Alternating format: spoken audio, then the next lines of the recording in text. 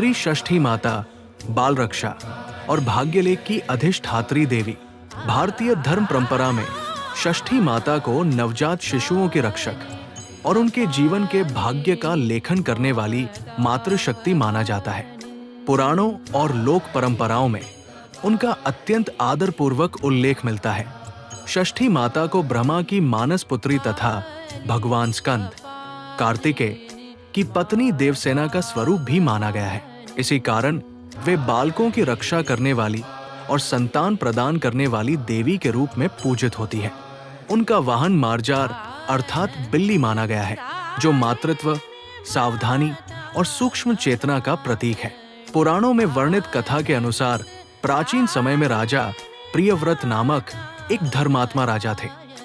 उनकी पत्नी का नाम मालिनी था। राज्य, वैभव और यश होने पर भी उन्हें संतान का सुख प्राप्त नहीं था।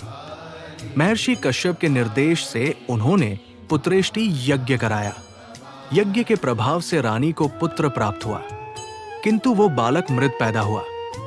इस घटना से राजा अत्यंत दुखी होकर उस बालक को लेकर वन में चले गए और विलाप करने लगे। उसी समय आकाश से दिव्य प्रकाश प्रकट हुआ और उस प्रकाश से एक तेजस्विनी देवी प्रकट हुई, जो बिल्ली वाहन पर विराजमान थी।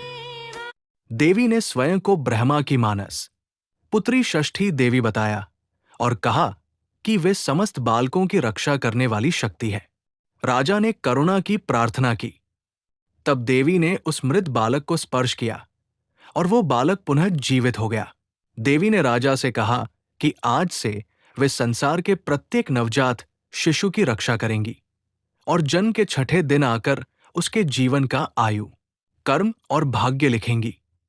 तभी से भारतीय परंपरा में शिशु के जन्म के छठे दिन षष्ठी माता की पूजा की जाती है, जिसे छठी पूजन कहा जाता है।